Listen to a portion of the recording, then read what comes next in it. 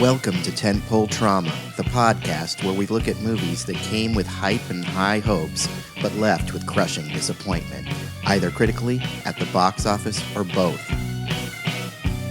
Freed from the weight of expectations, we seek to examine these underperformers under a new light, parsing through the good, the bad, and everything in between with the hopes of gaining a better understanding as to why they failed to find their audience.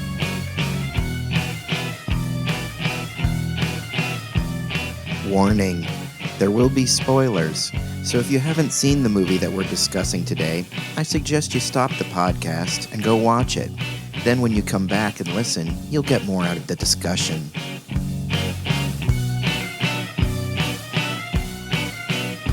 On today's podcast, we examine David Lynch's 1984 sci-fi epic, Dune.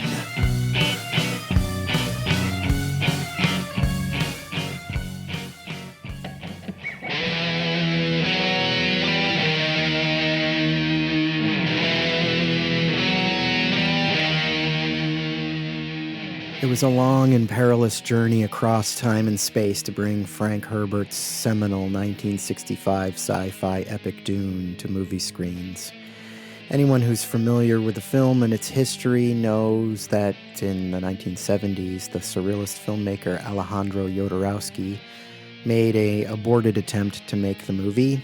It is really well covered in a great documentary called Jodorowsky's Dune. I highly recommend you watch that movie if you're a fan of sci-fi films or films in general. It's absolutely comprehensive and wonderful, and it's an amazing story. Highly recommend. So it's been covered exhaustively, and we will not be covering it here. We are here to talk about David Lynch's 1984 adaptation of Dune.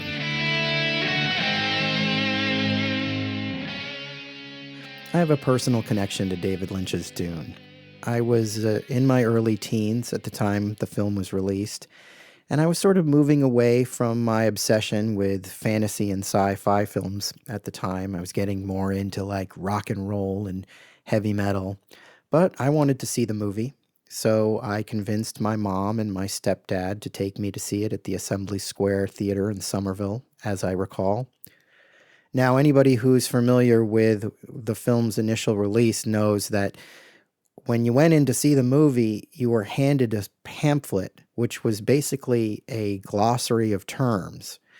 So I'm sitting down in my seat and looking down at this pamphlet and seeing words like Shai Hulud and Mohadib and Gom Jabbar, and I'm thinking, okay, well, I may have bit off a little more than I can chew here, but I like sci-fi. I know that generally these types of movies have weird names and words, so I'm still on board here.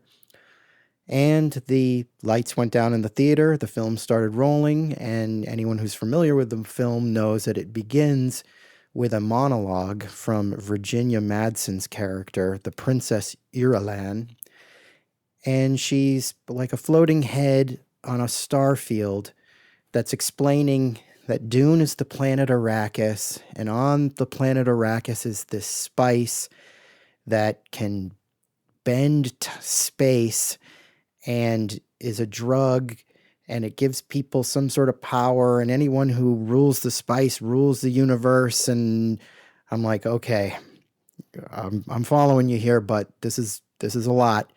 And she starts to fade away into the star field, and I'm feeling a little bit more relaxed that we're going to be getting on with the story here. But no, she fades back, and she starts to give more exposition. And I think at that point, my mom was giving me the side eye because she really wasn't into these sort of things, and I knew that we were in trouble. As the film played out, there were definitely things that I liked. I thought that the design was cool. I liked the way things looked. I liked the black, form-fitting still suits the characters wore when they were out in the desert. I liked Kyle MacLachlan as Paul Muad'Dib and him riding the sandworm. I liked the knife fight with Sting, though I think the image of Sting all oiled up in his strange space codpiece was perhaps a little troubling to my ill-formed sexuality at the time. But as the film reached its clunky climax, I think I determined with my not so fine tuned critical sensibilities that this was not a good movie. And I felt pretty disappointed leaving the theater, and I really didn't think about Dune again for a long time. Now, a few years down the road, I'm a young adult and I'm starting to take movies more seriously and get into filmmakers, and I really start to appreciate the films of David Lynch. I loved Wild at Heart. I must have seen that film at least 3 times in the theater. I was a big fan of Twin Peaks Fire Walk with Me, even more so than the show, which was not a popular opinion at the time. And basically anything that had David Lynch's name on it, I'd go see. I also found myself getting back into sci-fi and fantasy.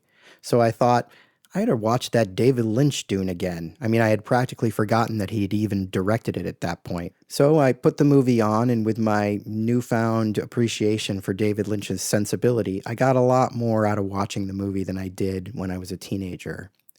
I appreciated more the surreal elements.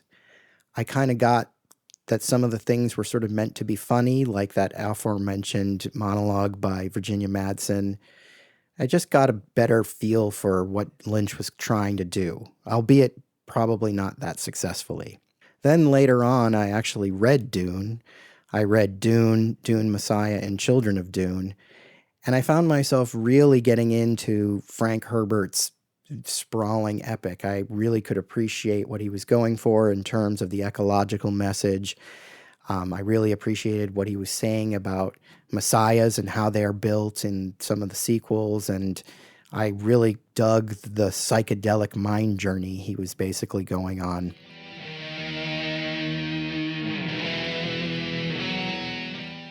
After reading the books, I came back to the movie and could see it through yet another lens.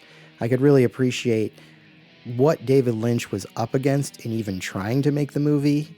I could see where his sensibilities probably made sense in the minds of some producer, that he was the right person to do the job, but then I could also see how some of his sensibilities were all wrong and how they failed the material. But that's what we're here to discuss today: the dizzying highs and the terrifying lows of David Lynch's Dune.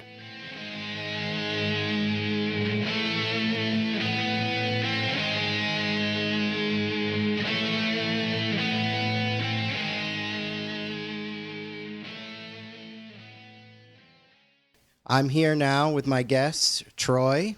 Hello. And Chris. What's up? And we are going to be discussing David Lynch's Dune. Now, first I want to start off with some initial recollections of the film when, you first saw it. Troy, how old were you when you first saw David Lynch's Dune? I would have been in the 6th grade, and I honestly, for the life of me, don't remember seeing the actual movie. What I do remember is an aggressive marketing campaign for this towards kids. So there was like toys and lunch boxes and scholastic books, I think, or some kind of books. I just remember film stills and action figures, I think, of the Harkonnens and stuff like that. And I wanted to think this was really cool, but it just sort of confused the hell out of me because it wasn't Star Wars. I had no idea what this thing was about. And I don't remember actually seeing the movie until I sort of reinvestigated it later. I think when it was on DVD. It wasn't a movie that stuck in my head and I had to live inside that world. In fact, it seemed like a world I probably wanted to get out of or block it out altogether. All right, Chris, how about you? What are your earliest recollections of Dune? So, I definitely didn't see it in the theater. However long it took to come to video, that was probably when I saw it. So either 85, 86. And my brother and I were both big Police fans, and so that was pretty much the reason why we saw it. We were like, Sting's in this movie, and it's supposed to be like Star Wars, so let's go rent this thing, it'll be awesome. And we were expecting Sting in Star Wars, and we got something completely different, and I probably remember, Sting the most, and just remember it being very weird and arty, and most of it going over my head because I was 10 or 11 years old. Yeah, that was it. And then I didn't like, really start appreciating it and watching it again until college, when I, could start taking the spice and really enjoying what was going on in this movie. All right. Good. I already shared my sort of recollections with it and my experience, so we can move right on to the actual movie itself. And so we get the Eurolon intro, which, watching it now, it seems like an obvious attempt to kind of do the Star Wars crawl, but it's just so weird. Yes. You're talking about just the whole idea of having an intro? Yeah, like that? having somebody, with Star Wars, you get 3 paragraphs of text sort of setting things up. And with the intro, you get Virginia Madsen basically delivering 3 chunks of text, like as if it was the Star Wars crawl. And then, of course, she does the fade in and the fade out. I will say this about her. She kind of works. I mean, like, as ridiculous as it is, I think she's obviously very beautiful, and she's got like that kind of presence. So as bizarre as it is, I kind of could appreciate the fact that she pulls it off. She seems like a space princess. I'm like, yeah, this makes sense. So what was confusing about her giving us this intro to me, I remember like being confused about this many times when I watched it, is later in the film, like, who is this person? So we sat and watched her give this intro, and then she shows up a little bit with the Emperor. Barely. She's his daughter, right? Yeah. Mm-hmm. I mean, but I just got that. And then she's just standing there at the end, and you're like, is Paul going to marry her or something? Right. No, that doesn't even happen. It seems like we're being told that this is a really important character, and then she's nowhere in sight for the rest of the movie. Which is actually true to the book. That's kind of how the book goes. I also think it's very weird that they're breaking the fourth wall, and then the funniest part is when she goes, "Oh, and I forgot one thing," and then comes back to give you even more exposition. And it's just it's like, what is this, Ferris Bueller or something? It's just so strange. And I feel like Lord of the Rings kind of like fixed that problem, where they have a narration that like intros the whole thing, and there's a lot of exposition that gets through, but they actually show you what's happening as opposed to just like having someone talk directly down the barrel. Which I feel like might have worked more, but I guess they felt like, well, let's just do a big exposition dump in the beginning, and it'll be fine. I think talking directly down the barrel is something this movie does constantly. This movie is 90% monologue, inner monologue, and exposition. Yeah, I think it's weird that he's like, the movie's called Dune. She says Arrakis is called Dune. Do they even ever say Dune a second time in the movie? Like, I don't think they ever do. It's like kind of crazy that the entire thing is called Dune, and they never even mentioned that word again. They say it's 10,000 years in the future, and I give props to that just being finally something realistic, as far as, people always go like 50 years in the future, we'll have flying cars and this and this. Like, finally, it's all right, 10,000 years. I'm down. That makes sense. Okay, so we get the main theme, which is done by Toto. I always thought that was just some kind of marketing thing and that Toto didn't really do much of the music, but I actually did some research, and it's Toto, the rock band, and they do most of the music. Oh, you can tell with the electric guitars that start chiming in during the battle scenes. We're getting full Toto there. Yeah, and apparently they mentioned Brian Eno's Prophecy theme or something, which is, I guess, a holdover from the Jodorowsky movie. The movie starts, and then we get the secret guild report, which is now our second exposition dope. Oh my God. Okay, let's talk about the PowerPoint presentation, which there are a lot of in this movie. So after we had all this intro, then we had some inner monologues about more exposition. Then we get the PowerPoint presentation on the planets. Now, and I think this is different from the one that Paul looks at, which is yet another PowerPoint presentation on the planets, right?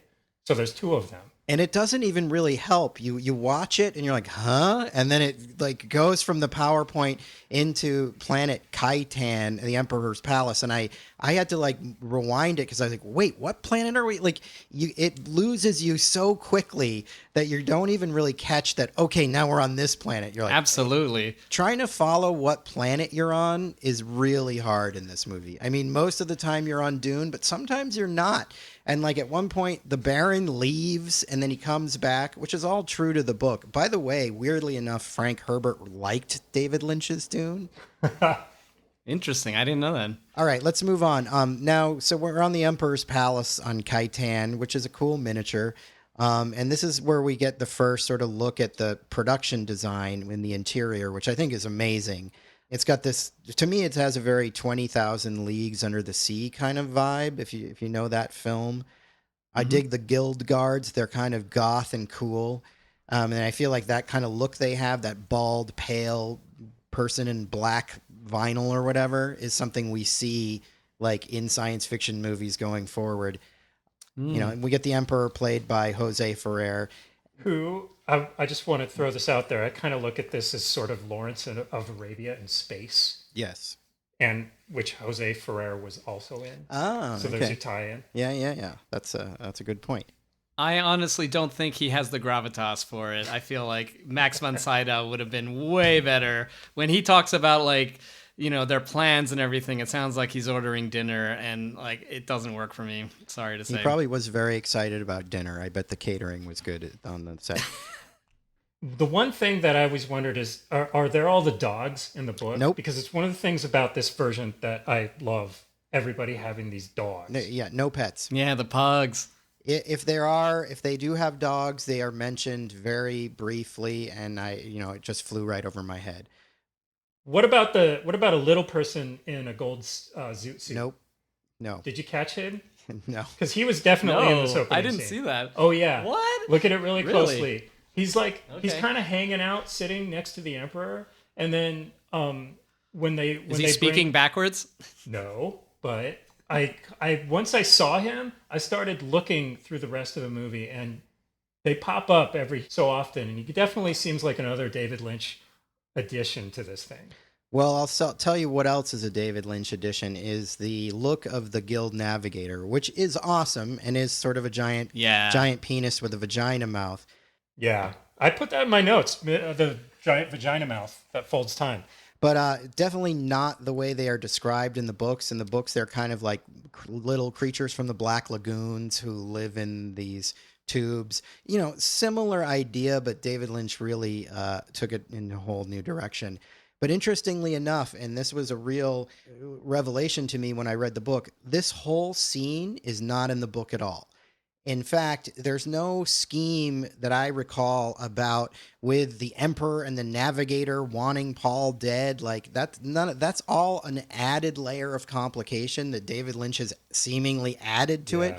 The Emperor definitely wants him dead, and he sends the Harkonnens, you know, he sets up the whole conflict with the Harkonnens, but the Guild Navigators don't care. They have no interest in, I mean, they want the spice, but they're going to get it either way because everybody needs to travel in space. So it's like, it's a weird layer of like Game of Thrones intrigue. Like David Lynch was just like, we need another layer on that. The Guild Navigators need to be involved. What I noticed right away was as I was reading the book, I was like, where's all this cool shit that was in the movie?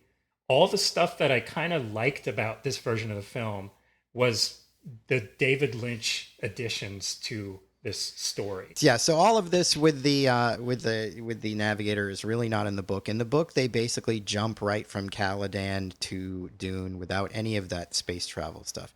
So anyway, moving on, we get to Caladan. We get even more exposition with Jessica going against the Bene Gesserit to give the Duke a son, and it's in voiceover.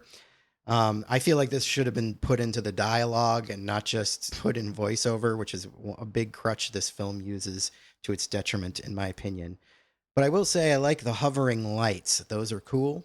Love them. Yeah, and Love those them. are in the book, but David Lynch's take on them is really cool. Yeah, and we get even more exposition about, which, again, I thought that was funny.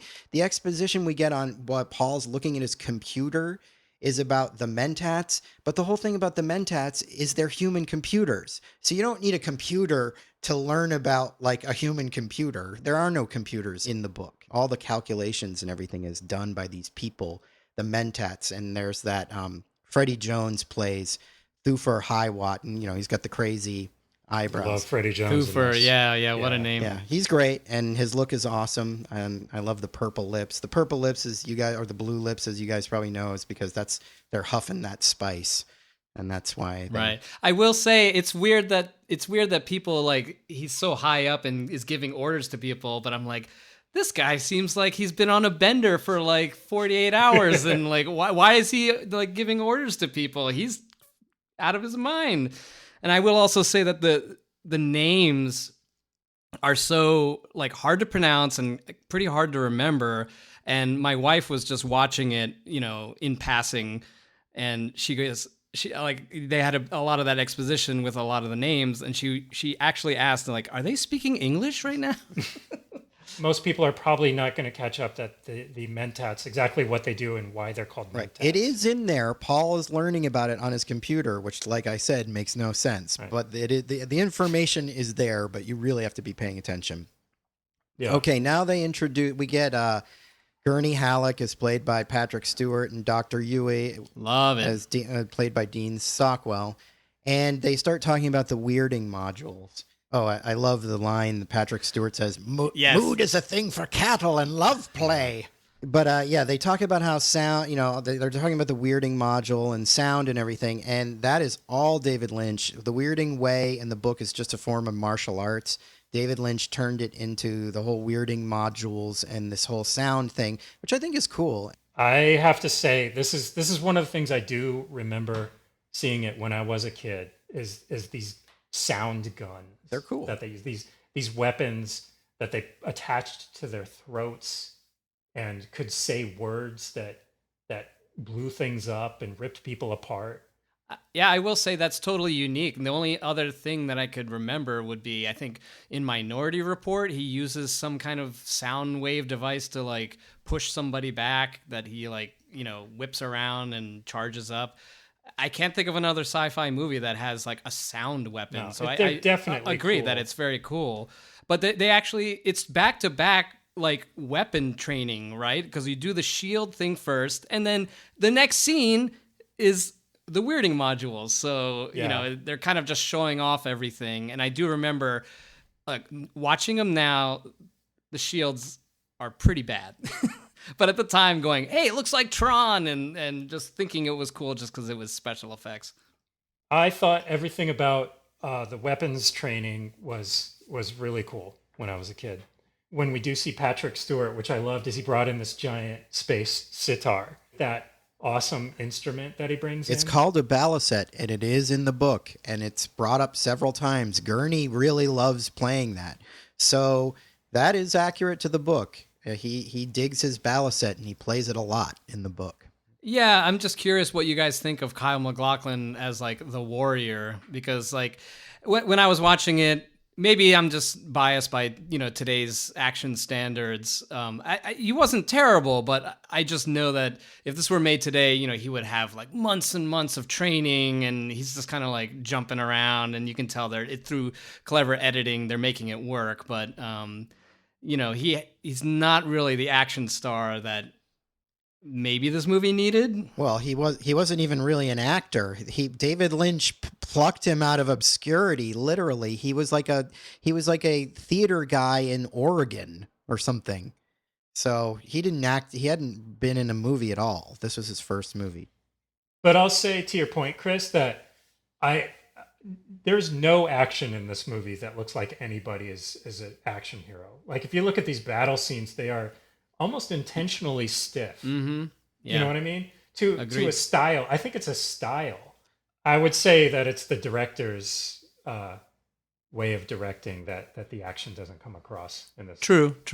Yeah, I would agree. We get to the Atreides Palace, and there's some really cool Giger-like design in the hallway. And here's one of my big problems with the movie now that I've become a Dune fan, and it wasn't so much a problem before because this character didn't even really register to me. But we meet Duncan Idaho, as played by Richard Jordan. In the books, Duncan Idaho is the baddest of the badasses. He's a character that carries on throughout the series. I don't want to say how because it's kind of spoilery, but he's like, you end up loving Duncan Idaho when you read the books, and this dude is lame. Yeah. He's like so boring. Like he's not at all who I would want as this character. I mean, with a name like Duncan Idaho, he's joining the Johnny Utah and Tony Montana, and he better be badass, you know. And so he's a throwaway character for the most part in this in the movie, yes, yeah. About Giger, the Giger influence too, is that like it's funny because they ripped him off because he was working with Jodorowsky, right? And then they didn't ask him to be on this one, so it was just kind of a holdover ripoff. Probably. I'm sure everybody was ripping him off at that point because Alien had gotten huge. Yeah, true. It looks great. So we meet Jürgen Prochnow as Duke Leto. Jürgen was hot off of Das Boot, which is why he got this role. And, you know, he gives the sleeper must awaken speech. I love this guy from The Seventh Sign, is what I yes. remember him from. You mean that Demi Moore movie? Yes. I used to love that movie. Funny enough, this is that those are two roles where he plays the good guy, because usually he's always the bad guy. I remember Beverly Hills Cop 2 and whatever, but I'm like, I kind of love him as a good guy. Yeah, he works. He's good. And that speech is really profound. I mean, it's like I memorized it. It's like one of those things that I send to people when, you know, they're moving across the country or something like that. It's like that speech is gold. It's probably one of my favorite parts of the whole movie. Okay, so then we get Paul's dream, which is, you know, pretty primo David Lynch dream stuff. This is where I feel like he actually fits the material. Is this the Tell Me of Your Homeworld Usul Yes. dream? Yeah. At the time, being a kid, I remember thinking, this is so arty and cool. And a few years later, you look at it and you're like, wow, like it looks like maybe like a Rolex commercial. And you're just like, I'm sure it was reverse engineered by the commercials, but I feel like a lot of people ripped it off. And at the time, I just remember being so blown away by it. But a few years later, not like people making fun of it. Yeah. So then we finally meet our Jessica, who is played by an actress, Francesca Annis, who I really only know from this movie. I don't know her from anywhere else, really. Also, we meet Reverend Gaius Moheim, played by Sian Phillips, who is another woman I don't know from anywhere else. They both sort of have a similar look, so I imagine that was kind of what was going on in the casting department, because, you know, they're both Bene Gesserit. Now, did you guys get the concept of Bene Gesserits from this movie, from watching this movie? Not really, but you sort of get the overall idea of it. You know, you get that it's a sisterhood that has been, well, actually, yeah, what do they do? Think about it. Well, really what they're supposed to do is sort of like, you know, like they're supposed to perpetuate their sisterhood, and they have this sort of, you know, cabal-like control over things. Well, you get in the beginning, they talk about, you know, let the Bene Gesserit witch out of the room. So you're sort of told what they're supposed to be. Yeah. It's even in the book, you don't really get a full sense of what their influence is. Later on in the series, you sort of realize that they're kind of pulling the strings in a lot of ways. They're just a very powerful organization of women who are also have these powers, like her voice. And are they taking the spice? Because they're sort of in control of the water of life. Yeah, right? they're not specifically consumers of the spice, but I mean, I think they do consume it. But, you know, they do have powers. You know, she uses that voice power later on in the movie, and the Reverend Mother uses it, which I think David Lynch does really well, because, again, it's like a like sound thing, which I think he's really interested in. I really like the design he uses for the Bene Gesserit, like the bald head and that habit. I think it's really cool. The Bene Gesserits are definitely something that to me was expanded when I read the book, because I feel like I did not understand any of that in the film. But then reading the book, where they would mention how much, you know, seeding of their religion they would, in Arrakis and this and that, and they're like, oh, this guy's been indoctrinated with our religion, so we can totally control him. And that was another level of intrigue that I feel like was very powerful in the book that I did not get from the movie. Yeah, in the book, you learn that the Bene Gesserit have basically set up this whole idea of the Mohadib, that there's this prophet, and that the prophet is coming. Like, that's all their idea. And they basically fed... And they use it to their advantage, yeah. And they fed that to the Fremen, and that's why the Fremen believe it. And they have their own Bene Gesserit, which totally confused me when I was...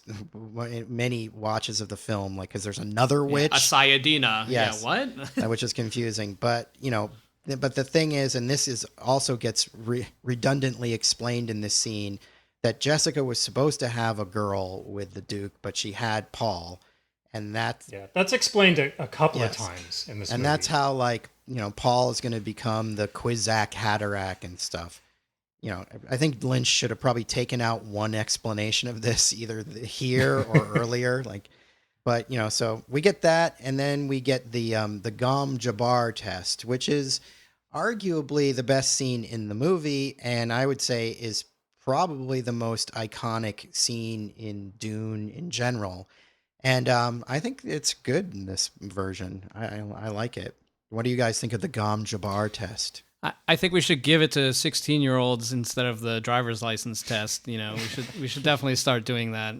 No, I think this scene totally works in this film. And it also is the point at which you're on board with this character. Like, he's gone through his first trial for Paul Atreides. Up until then, he's just sort of like, he's a little sassy during the weapons training, and then it's just all inner monologue for this guy. And then it's kind of good to see him sort of slapped in the face for a bit. And then we're sort of like with this character now. That his first trial was pretty solid. Yeah. This is where we get the famous "fear is the mind killer" quote, which, is a big part of the book, big part of the movie. I like the way that the actress playing Mohiam looks like she's like having an orgasm as he's kind of totally as he's getting more painful. Yeah, she looks like she's kind of getting off on it. Oh yeah, especially after he pulls his hand out of the box, she sort of takes this big deep breath and then sighs and sort of slumps down in her seat. Yeah, I'm there for it. I think it's a good take. And this is where we also get like the water of life info, which is really confusing at this point. That's one of my favorite lines is many have tried and died. Yeah. Then there's this sort of melodramatic scene where Paul learns that his father is prophesized to die, which I think really plays like a David Lynch melodrama scene. David Lynch almost has two ways of directing people, just like people just letting them loose and acting weird, and then also way over the top soap opera melodramatic acting, which totally works in things like Twin Peaks, where it's meant to be that. But in a movie like this, where everything's so serious, it's it's very weird and bad. Like, I was thinking the same thing, Chris. I totally agree. Like, David Lynch's style is really great for when you have characters that are set in a completely normal, like, middle America small town. Yeah. And then they act this sort of uncanny weirdness about them. Mm-hmm. But when we're in space, it just seems like they're not acting, like they're bad actors or something. It's just like that style does not seem to work in space for some reason. Everything's already heightened and melodramatic anyway, so it's almost like you're playing too much into it, like you're really taking this seriously, and it becomes sort of silly. But it's also like, are these people supposed to be like us? Are they human, or are they supposed to be aliens? Like, is it their culture that's doing this? Like, it's kind of baffling, and I didn't really appreciate it until I had seen the whole David Lynch body of work and became a big fan of David Lynch, that I was able to sort of dig out more David Lynch things from this film. But then, as far as that style, which I can see happening in this film, it's the one film of his where it just seems totally out of place. Yeah. Yeah, it definitely, for some reason, doesn't quite work in the big space opera setting, which, you'd think it would, but it kind of doesn't. For space opera is, I think, to bring recognizable human character traits to outer space so that we can actually be there, you know? But when you have people just acting stiff and weird in outer space, it's confused. You can't decide if they're supposed to be doing that or if it's a flaw, and also, like, everybody's acting this way. It's not like the Harkonnens are acting one way and the Fremen are acting, like, everybody acts this way. They're all kind of weird in the same exact way. Yeah. I agree with what you're saying. You need to pull back a little and make it more human because you're already in this fantastical world. So it's just too much. Okay, so then we go to planet Getty Prime and we meet the villains, the Harkonnens. I love the design here. It's all really great. Yeah. We get the legendary Brad Dourif as Piter de Vries, and he's doing a Brad Dourif Bugnuts performance as the Harkonnens Mentat. Love him. Although we sort of are introduced to him, he's doing this weird chant like "by will alone." By will whatever, and that's kind of like, I don't even know what that's supposed to mean. Oh, that mantra, that's where I learned the word mantra. I was like, what is he doing? I remember asking my brother, and he's like, he's repeating a mantra. I'm like, the fuck is a mantra? And speaking of the overacting, I feel like he gets away with it. I mean, like, his hand motions alone, I'm loving. It's just like, go for it, man. It's like, it's so great. Maybe it's because he's a villain, but this scene where we're introduced to the Baron Harkonnen is arguably the best scene in this whole film, for me anyways. When we see this guy, I mean, it's also the most David Lynch scene in the whole film. When we are introduced to Baron Harkonnen, he's sitting here in this chair with like two 1930s doctors. Like, these guys' costume, they have nothing to do with the rest of Dune. They're literally like in a psych ward in the 1930s, in some kind of a hospital, and they're doing like a dermatology on him, trying to get his skin condition. They're shooting him up and telling him how beautiful he is, and then Sting comes in, and Sting in this looked fucking awesome. Like, he came in and he's just like, he looks insane, and I get that they were trying to like have like a rock star, some kind of punk guy come into the scene, but it totally worked for me. Oh, he looks amazing. And he's great. Yeah. And he's like kind of weirdly, it's like this S&M version of Sting. And everything about the scene, including the people with the stitched up ears and the stitched up eyes, which is just there for shits and giggles, right? That's, again, like, you just know, like, this really didn't have anything to do with the book. We get Jack Nance in there, David Lynch regular, and Jack Nance is in there, and then he floats up and gets this oil bath, and then goes over and unplugs the heart. That freaked me out as a kid, for sure. From this diaper kid who's in there with again, like, this kind of punk haircut. I love this scene. It's why I like this movie, is right here in this. Before I had come back to this movie and revisited it, this scene would always be the first thing that popped into my mind. Because how could it not? I mean, you've got friggin' Sting. And like, I love absolutely. the fact that like they know they've got Sting and he looks cool, but they've got nothing to do with him till the end of the movie. Yeah. So Sting will just keep kind of randomly popping up, like just in the background of the scene. He doesn't do anything. He does not do anything until the end of the movie. And then he shows up in Paul's dreams later, but he's still like, they're just pressing the Sting button. Like, we need more Sting. Oh yeah, the only other time that you see him is when he like comes out of that steam bath. Again, he's like amazing. This homoerotic Sting that comes out just for the Baron as like this boy toy. And the Baron is played by Kenneth McMillan, who I know he's a character actor. He shows up a lot, especially in the 80s and 70s and 90s. I know he's a character actor, but I only remember him from the two Stephen King movies he was in, Cat's Eye and Salem's Lot. That's right. He's the sheriff in Salem's Lot. Yeah. And you know him, you've seen him before in other stuff, but he was in a lot of TV, I think. But yeah, the Baron is badass in this version. Yeah. I do have to level a criticism, however, and that is towards the Beast Raban, as played by Paul L. Smith. No offense to Paul himself, but he doesn't really. In the books, he's scary.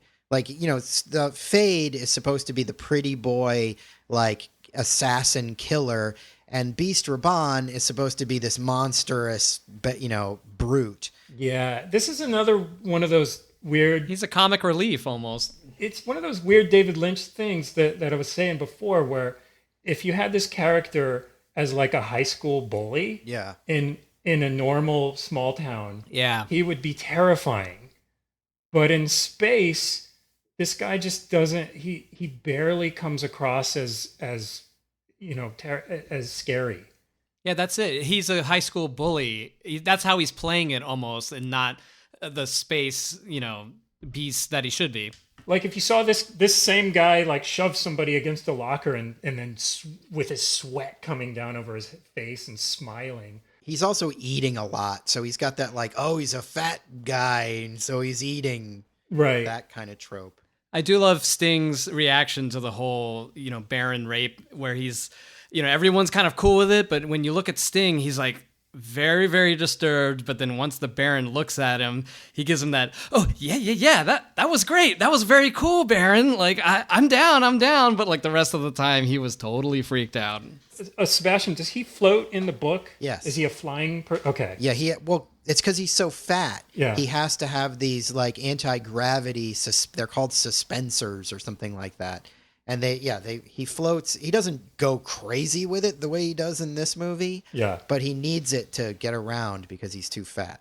I'll just give a shout out to the color palette for sci-fi at the time, that like sick green, and the purple roses against the green. Yes. Yeah. I mean, it's crazy how Lynch is given all this money and he puts himself in it, and it's very cool. Like, it'll never happen again, so it's cool to appreciate it, because I guess it is a little also very Terry Gilliam, the Harkonnen planet, but it's very cool, and the miniatures are pretty top notch, I thought. Yeah, I love the miniatures in this for the most part. There's sometimes when they aren't as grand as they could be, but I think they always look good. We have an artist who is clearly, he made Eraserhead. He's clearly making alternative underground films. I mean, they got him because he did The Elephant Man, and they knew he could pull off a sort of standard dramatic film. But yeah, would this type of film be made again? When you have a scene like this where you have this artist who wants, flowers in this green room with these 1930, bald-headed doctors with syringes, in what's supposed to be a space opera, is this working for the movie, or is it just, we're seeing it after the fact and after we know David Lynch and appreciating that scene? But did this kind of help tank this movie, like that, a scene like that? I think 100% yes, it helped tank this movie. This movie's too weird. It's too weird for human consumption in 1984. Especially when you have people coming off of Star Wars and expecting to see some kind of basic, pulpy adventure. And then not only are you trying to take this really dense and difficult book to begin with, but then you're handing it off to David Lynch. Right. Yeah. And also, and at this point in his career, he was also considered for Return of the Jedi. Yes. Right. So he was still a bit of a gamble, but he was sort of a hot card at that point. And have you heard the interview, or I feel like he confessed later on that when George asked him to, maybe direct Return of the Jedi, that, you know, he went up to the ranch and Lucas like downloaded the entire story to him, and he said he got the biggest headache of his life because he couldn't like keep Wookiees and Ewoks and all this information in his head, and he like basically flipped out and was like, George, you should direct the movie. What are you talking about? And all I can think of now is he read Dune and probably had the worst headache the entire time he was making Dune, because and it was all that stuff was in his head and he couldn't deal. Like, when I'm watching this movie, that's kind of the biggest takeaway I get from it, is that it's a production I would never want to actually be on.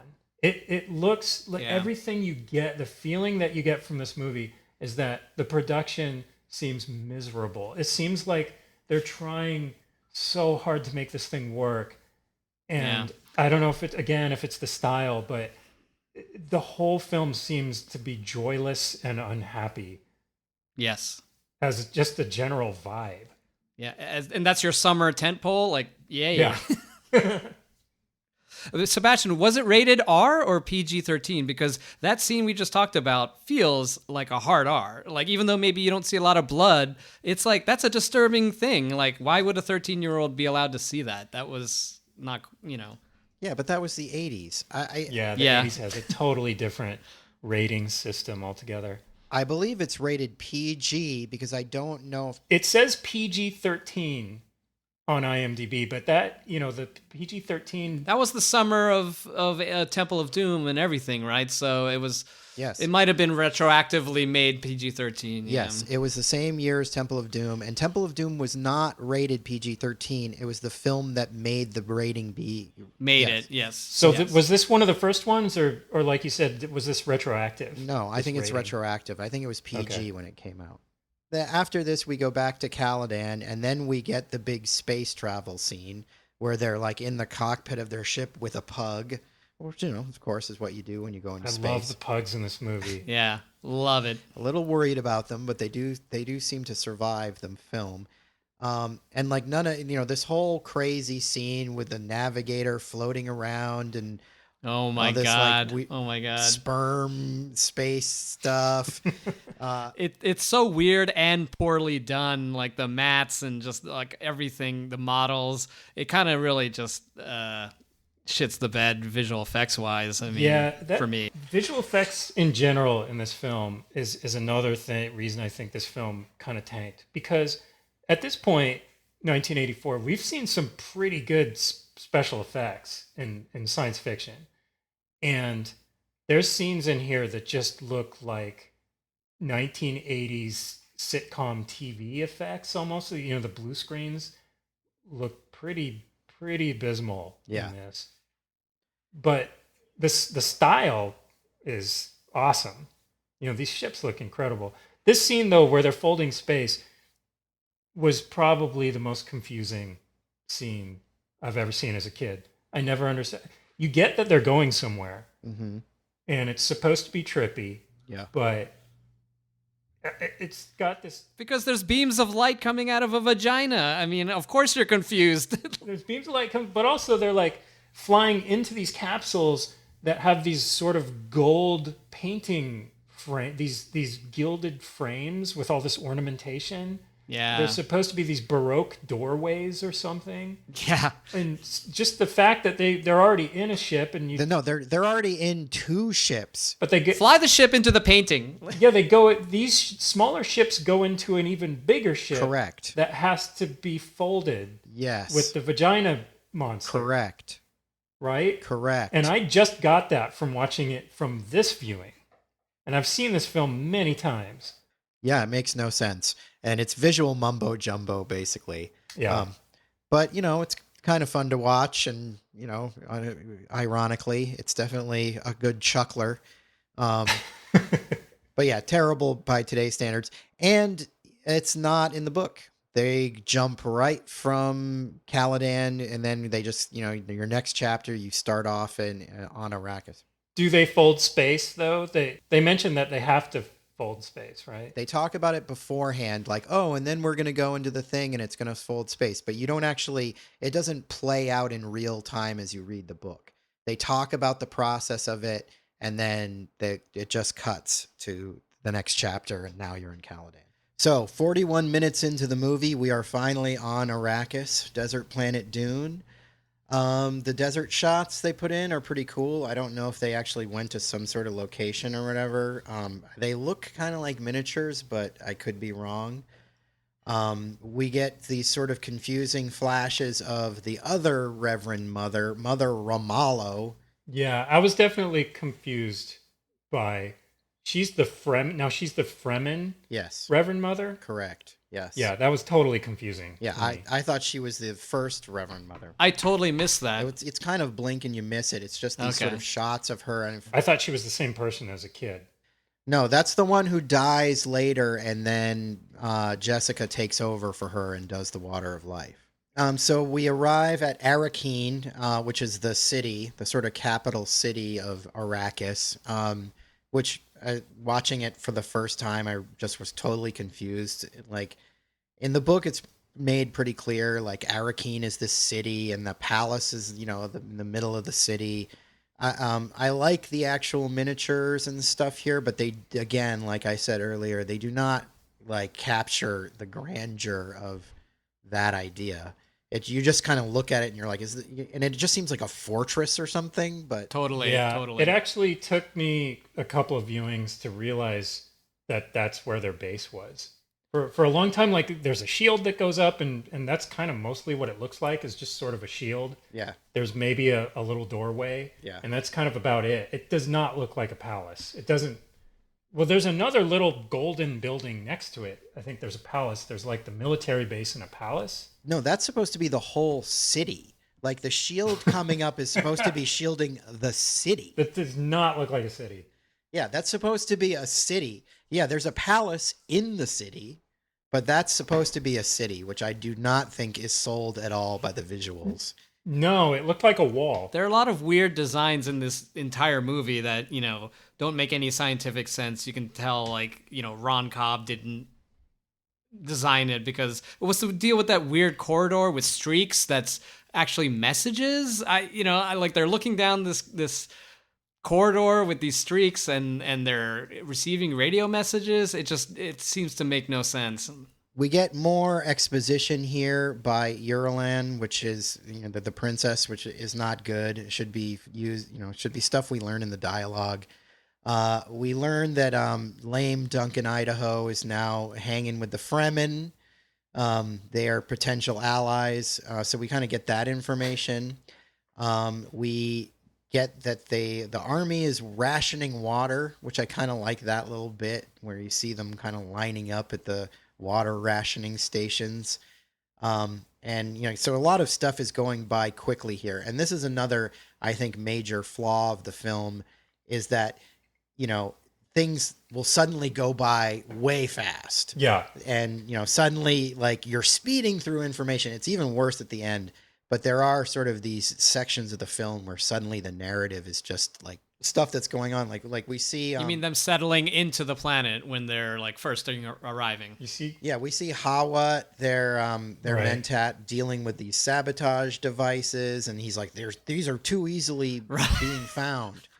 Right. And that was supposed to clue you into the suspense that they're going to try to invade, that like the Harkonnens are going to invade them. And Yes. that information is so vague that it just seems like they're sort of working on their plumbing or something. Exactly. No, they literally are working on their plumbing because they're getting water out of tubes and Right? stuff It's just that. like, oh, here's the maintenance people of this. And then they're like, oh, there's a sabotage. And you're like, huh? You're not... Right. But it took me a while to realize, like, there's this moment where they're trying to tell the audience that somebody had planted some devices to try to bring down their shield. Yeah. Like, that's very unclear. They needed a few more exteriors of the city, like a sort of Mos Eisley scene where everybody's out in the desert, because the rest of the time. Well, I just learned that this was a city right now. Exactly. I just learned that this was it just a city seems like just they're talking running about. around fixing plumbing in a fort. That's really what it feels like. Yeah. Okay, so at this point, we get the king of sci-fi, Max von Sydow. He shows up as Dr. Liet Keynes. Now, now this is a character that's very important, especially in the Yes. book, because it basically represents Frank Herbert. Like this is who he sees himself as. Frank Herbert was sort of an ecologist. The whole reason he wrote Dune was he wanted to do a sci-fi story that was based around ecology, sort of the way that Tolkien wrote Lord of the Rings because he wanted to explore languages. I think a lot of great science fiction and fantasy, especially from the 20th century, comes out of these other ideas where you get these writers who want to, you know, I want to make a whole bunch of elven languages. And with Herbert, it was like he wanted to talk about desert ecologies and stuff like that. So, yeah, Max von Sydow is basically a stand in for Herbert himself. But so here we get the still suits, which was another thing that when I thought back on the movie as a kid, it was the first thing that came to my mind because I thought they were super cool. I'm a sucker for a form fitted rubber suit. Like basically throw somebody in a rubber suit and I'm happy. Well, Um, this was also one of the first science fiction movies where they explained the functionality of the suits and they were cool. and gross. There was a reason for why they looked that way. Yeah, you peed and crapped in it and then it fed it back to you. Yeah. Like, which is in the book. That's all described in the book how, like, you shit and piss in this thing and then you drink it and that keeps you alive, Yeah, for which I weeks. think is awesomely gross. Here we get the blue eye optical effect, which, looks fine. I think that's a tricky needle to thread because we have blue eyes in real life. So what is this supposed to really look like? It looks fine. It's an optical effect, but it works. Best they could do at the time. Yeah. And then we get the foreshadowing with Paul because he's a natural with the suit and he puts it on in desert fashion. Yeah, so Sebastian, what do you think of this whole like chosen one? Like he's born with it and can do no wrong. Because I know you have issues with Harry Potter versus Luke Skywalker's journey as a hero. Um, Yeah. does it come too easily to Paul that he's just like, I'm born with it and I am the Messiah and that's it? Well, I think that that unfortunately, if you only take into consideration the story of Dune that exists in the original novel, you kind of walk away from it feeling that way. But the cool Hmm. thing about the books, and I hope that the new series goes in this direction, the new movies, if he's allowed to make more than one, is that it turns out that being the Messiah is terrible, and Right. Paul is a failure as a Messiah, more or less. And there's all these horrible genocides that happen because of and he can't stop it even though he can see it all happening because he has the power which is in this movie, but I don't think they ever spell it out. It's really what it is prescience.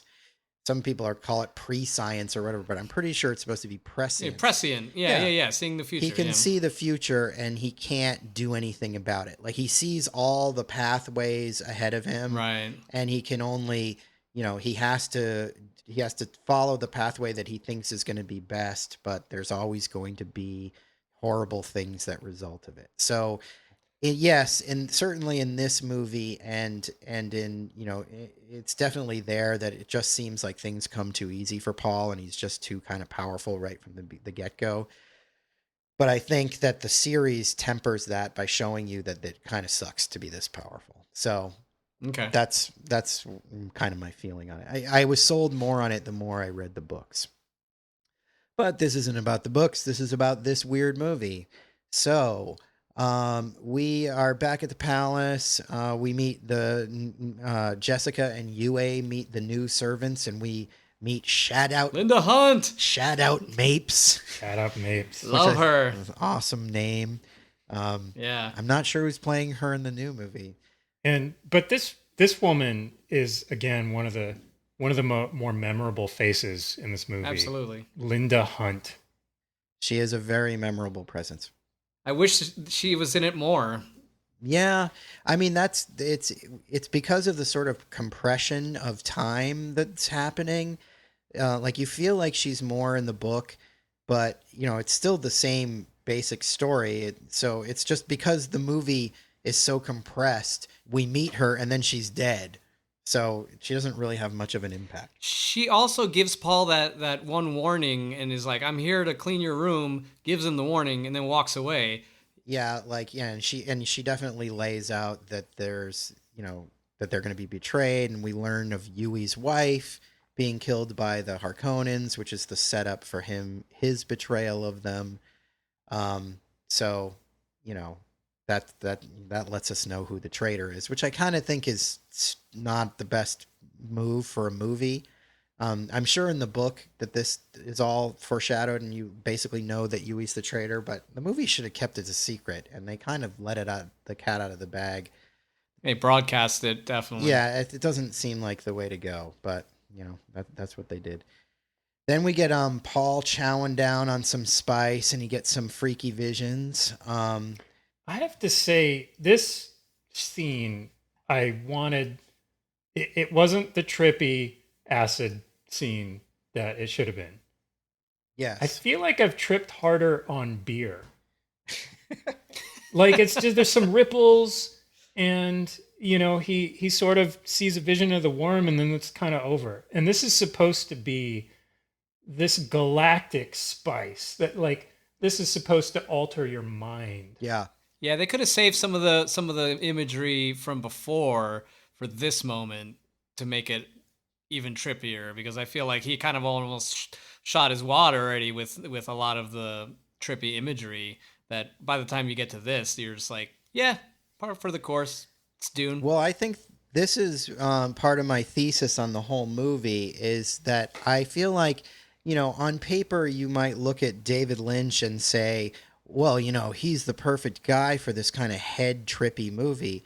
But really, he's not. Like, No. the kind of surrealist that David Lynch he's not really a visual surrealist. You know what I mean? He's not going to throw a bunch of crazy,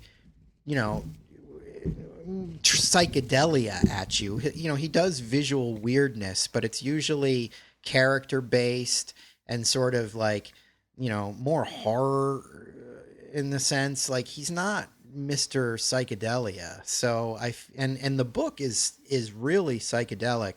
There are passages in the book that really invoke a sense of sort of mind expansion and like drug trippiness way more than this movie Right. gets to. Jodorowsky would have been, I get that, right? He would have nailed, if in nothing else, Jodorowsky would have nailed that kind of thing. But David Lynch famously is not a drug user. No, he's a meditator. Right. And I don't even think he was that into meditation at this point, but I could be wrong. But it's pretty disappointing drug imagery, considering, like you said, we're dealing with the space drug of all space drugs. Right. We should be getting way better trippy imagery here. And then the hunter-killer needle shows up, which ironically is kind of druggy because it looks like a heroin needle that's flying around. Like, it looks like a floating syringe penis. Right. I don't know if that's David Lynch's attempt at some drug imagery or not. It's pretty much how it's described in the book anyway, though.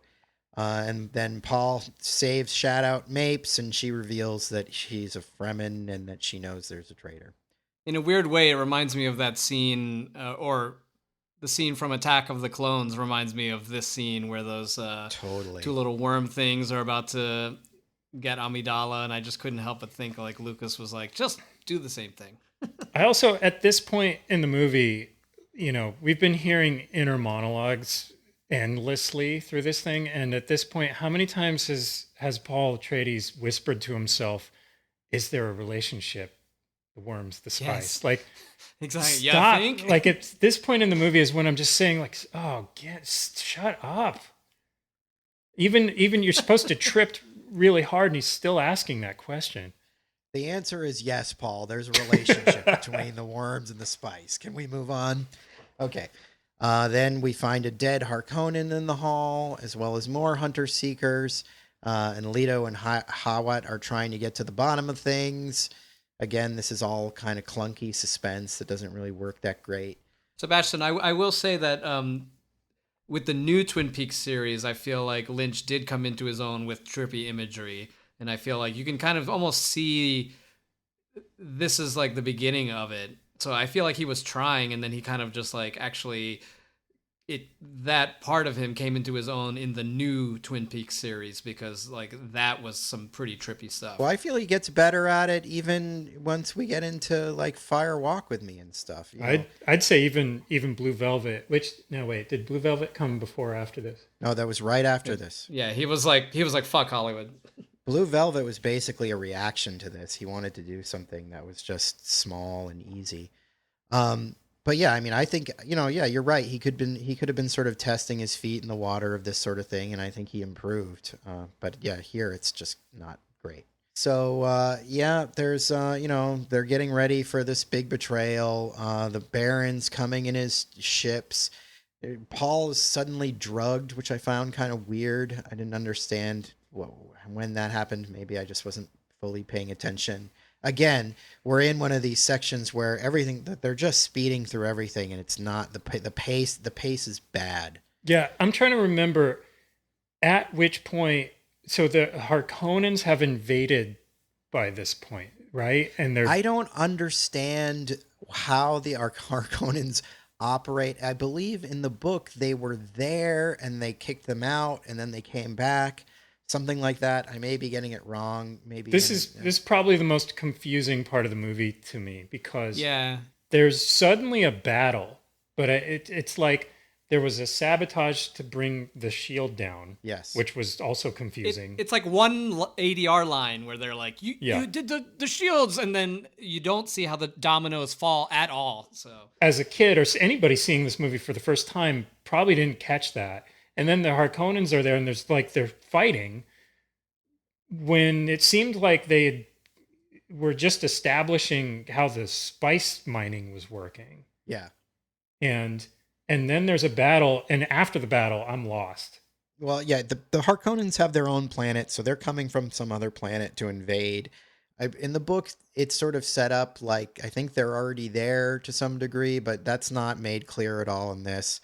But, I think they're just thinking they have another planet, so they're coming from another planet to invade. So, but it's not clear. It's confusing, and I remember even being confused by it. I was even confused as to which person was on which side based on the costumes, because there's sort of this almost German-looking military suit for the Atreides, and then the Harkonnens are wearing garbage bags with these masks in them. Yeah. Right? Yes. And it took me a while to figure out who's who. And then and there's like kind of a cool shot of Patrick Stewart running out carrying his pugs. That's the only cool shot in the whole battle scene. It's a cool shot. It's a cool shot, no doubt. And then there's another shot of what's his name just throwing people off of a ledge, and they're just piling up on the ground. That's cool. The rest of it is trash. Yeah. And then after that we're just sort of with Paul and Lady Jessica as hostages in the ship. So a whole bunch of stuff happened, and the only takeaway is that now these two characters have moved away from the city. We really don't know what happened after that. Like then the Harkonnens are just sort of operating the city. Yeah, but you're skipping over the fact that Mapes is killed, and then basically we get the reveal that Yui's the traitor. Yeah. The Duke gets the tooth. The tooth. Yeah, you get the tooth, which is awesome. By the way, can I just say that correct me if I'm wrong, but Yui has the worst plan ever. So his whole deal was, I want to kill a man, Baron Harkonnen. I'll let this entire planet fall and betray all my people just to get revenge on one dude.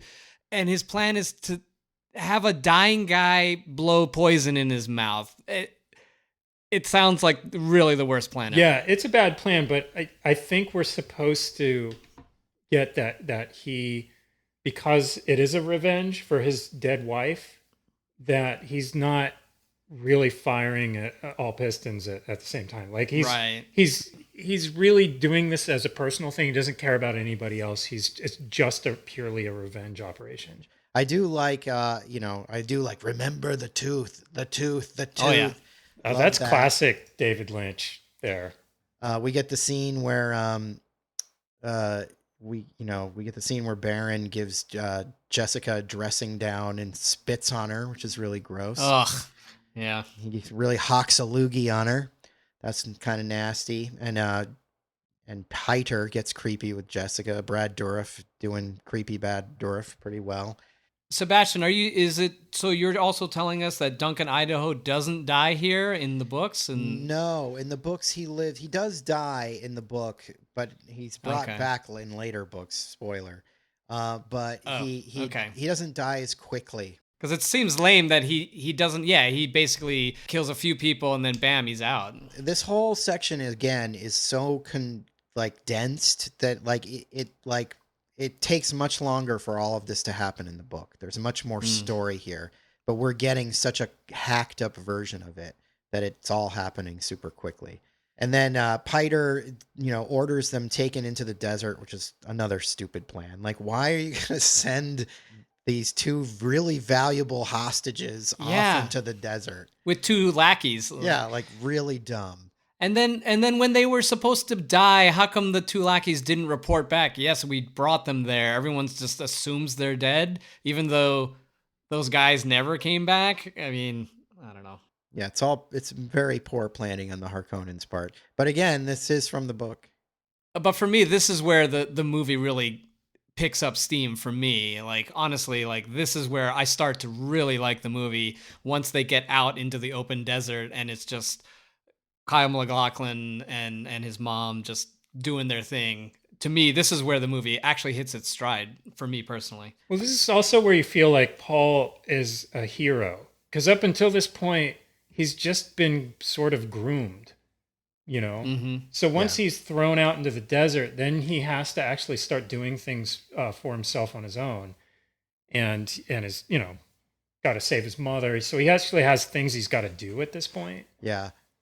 And the planet is there. You're on Dune finally. It's the worms. It's Right. it's the Fremen. It's like this is where all the good stuff is for me. The rest of it is just needless political posturing, and for me you don't really care. This is the poster of the movie is him in the desert with the still suit. You're just like, this is what I came to see. We skipped over one kind of major scene earlier. Speaking of this stuff out in the desert, where Paul and the Duke and Gurney and Max von Sydow. Oh yeah, they check out the mining. Yeah, cool scene. Yeah, we get our first look at the worm, which I think looks great when it comes up underneath the mining facility.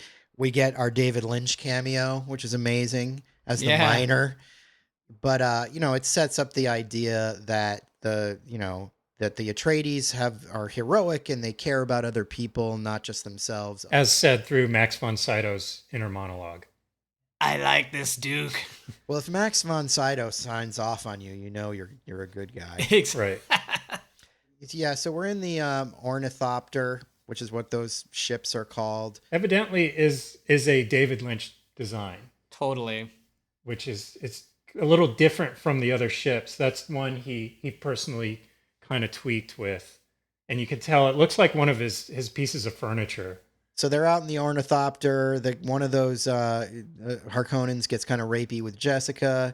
She uses her Bene Gesserit voice on him, and he kills the other guy. And then Paul's got to take control of the thopter because he's great at everything and can fly it awesome. And they find out that Yui was really looking out for them because he hid like still suits and stuff, and whatever. The ring. The ring is one thing I wanted to bring up because it's given this significance, and I'm not sure what the significance is. Yeah, it seems very significant because they were pissed when he didn't have it. It was in the PowerPoint presentation in the beginning. Is it? Yeah. The seal of the Atreides. And I retained nothing from the PowerPoint presentation, but it is in there. I just don't know what all those things are supposed to mean. Is it that unique that they can't keep their whole line without it? I don't understand. They need to write letters with that seal? What's going on? I don't understand the importance of it in this movie. I don't remember it being mentioned at all in the books. I don't see why it would matter. It's not like they can sign off on stuff pretending they're the Atreides or anything. No, everybody's going to know the Harkonnens are running Dune. I don't see why they need this silly ring, but the movie... It's an extra thread, yeah. The movie makes a big deal about it. We get the scene where Baron is gloating over Leto and he's floating around. And like we mentioned, he wants the ring. Leto uses the tooth, but he gets Piter instead of Baron. And, Jessica and Paul sense Leto's death.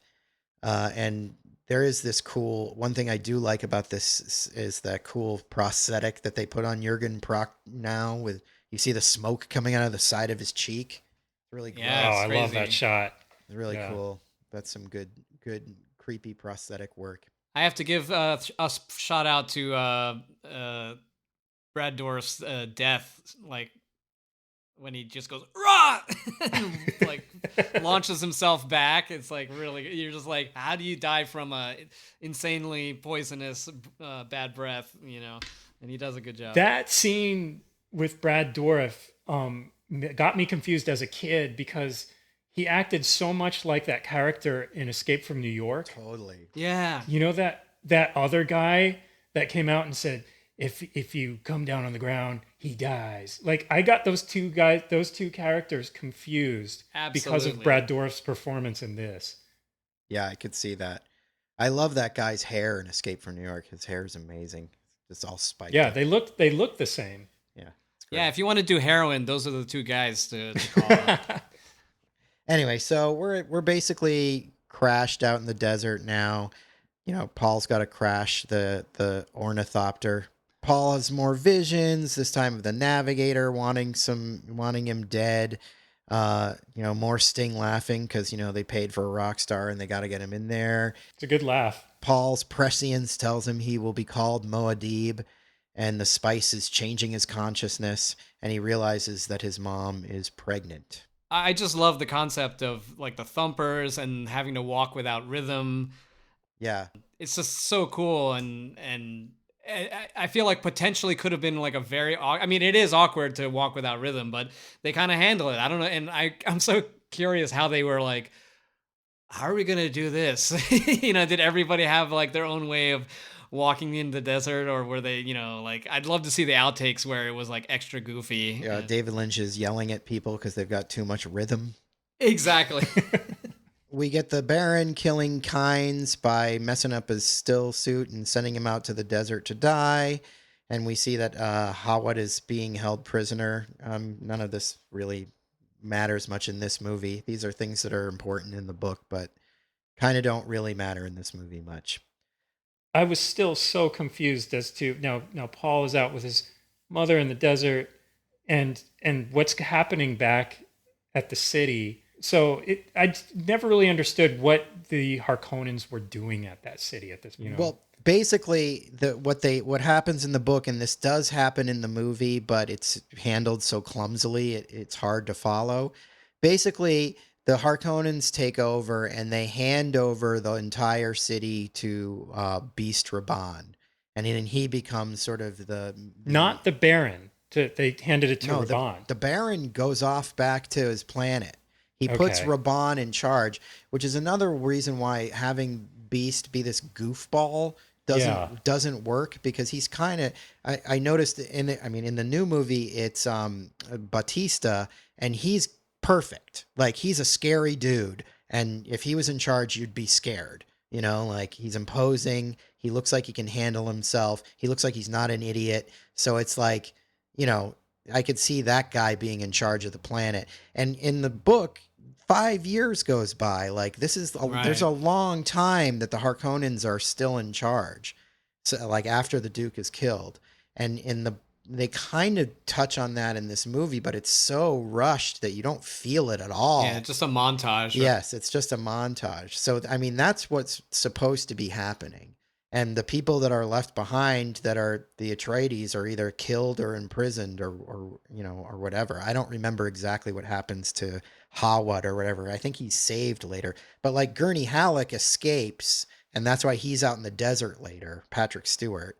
So it's like some of them get out and get with the Fremen, but a lot of them are stuck in Arrakeen and killed or whatever. Right. I will say that, like, having a goofy Beast, it bodes well for like how he isn't able to control Arrakis, right? I mean, isn't that what they're saying? Like, oh, he does a bad job, and he left him in charge, and they probably shouldn't have. I mean, I get what you're saying, but I feel like what they were maybe that's their angle on it, is just like, oh, we left, Jar Jar Binks in charge of this, and so of course Paul's gonna win, and it's gonna bring the Emperor because things got so fucked up because we left this guy in charge.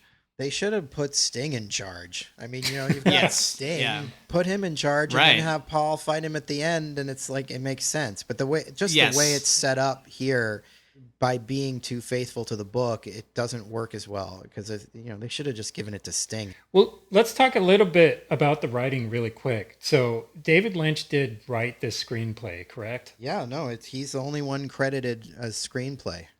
Which might be telling of all this inner monologue and exposition. Yes. That's a problem. Yes. He definitely doesn't seem like he's got a grasp on this sort of epic storytelling. I don't think he cared. Yeah, and if you look at all the dialogue in Eraserhead, you can kind of see where he was coming from with this sort of voiceover all the time.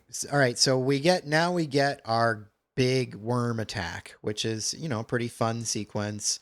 They're setting up the thumper and all that, and Paul's wondering about the worm and the spice, if they're in a relationship. The answer is yes, Paul, they are in a relationship. That's what their status says on Facebook. They go into that rock, which is a pretty fun sequence. Again, not with the sort of grandeur you'd want it to be. The rocks seem like a set, and it's not. Yeah. Limitations. Again, it's suffering here from visual effects. Yes. Where I feel like at this time in 1984, other films were pulling this kind of thing off a little better. You need a director with the vision to pull it off. I mean, I do love the way that the worms, the look of the worms when they emerge from the sand, I think is pretty great. And honestly, like I like maybe I'm just partial to it because it's what I know, but from what little I've seen of the trailer, I'm not, I can't wait to see the worm in IMAX in the new one. But when they finally showed the design, I was like, kind of like the old one. Oh, the worms look great in this. The actual puppets and the, the miniatures and stuff. It's just when you optically composite some of these characters, these actors with the worms, everything falls apart. It just that one shot work. of Paul falling. Oh, so bad. Yeah. And there's nothing but oh my god. Just a quick, like if they had put in like 3 frames of it, maybe, but like it's a full like second and a half, and you're just like, like not quite like up to the snuff of like an A level Return of the Jedi. But even Return of the Jedi, which has a lot of imagery in it that sort of prefigures what's going on here, just with the early stuff, especially in the Return of the Jedi suffers from the same blue screen problems that this one does too. Exactly. Yeah. I think it was just kind of an awkward time for blue screen. Yeah, like some films got it and some films didn't quite get it. Even like Temple of Doom, which is also this year, has some great stuff in it, but there's some rough blue screening in there too. There's a couple of shots that are pretty bad. Like when he gets out and out of the mines. Yeah, the water's coming after him. Yeah. I just think they just didn't have it down yet. So I don't really blame the movie that much. What I rub against more is just that it doesn't feel big. No. It feels claustrophobic. I mean, when they're in the cracks of the rock, I guess it's supposed to feel that way, but it just doesn't. It doesn't have the grandeur that you want from the story. I think that's a way that the new movie is definitely going to. Yeah, I didn't feel like this giant Leviathan was hammering these rocks from the outside. For sure. But I agree with you, Chris. The design of the worm I do like, and it I do think it might be better than the new one. The new one looks more like a butthole, and the old ones look more like a vagina. It really does. So anyway, they are saved by a thumper set up by the Fremen, and then we meet Stilgar, as played by a Lynch regular Everett McGill, and or Daddy Under the Stairs. I like to call him the stairs, right? From People Under the Stairs. But this part kind of bugs me because everything just happens so fast. Like they just show up and Stilgar's like, you may be part of our clan. We will call you Usul. And then Paul's like, can you call me Moadib? And he's like, okay, Usul, we will call you Moadib.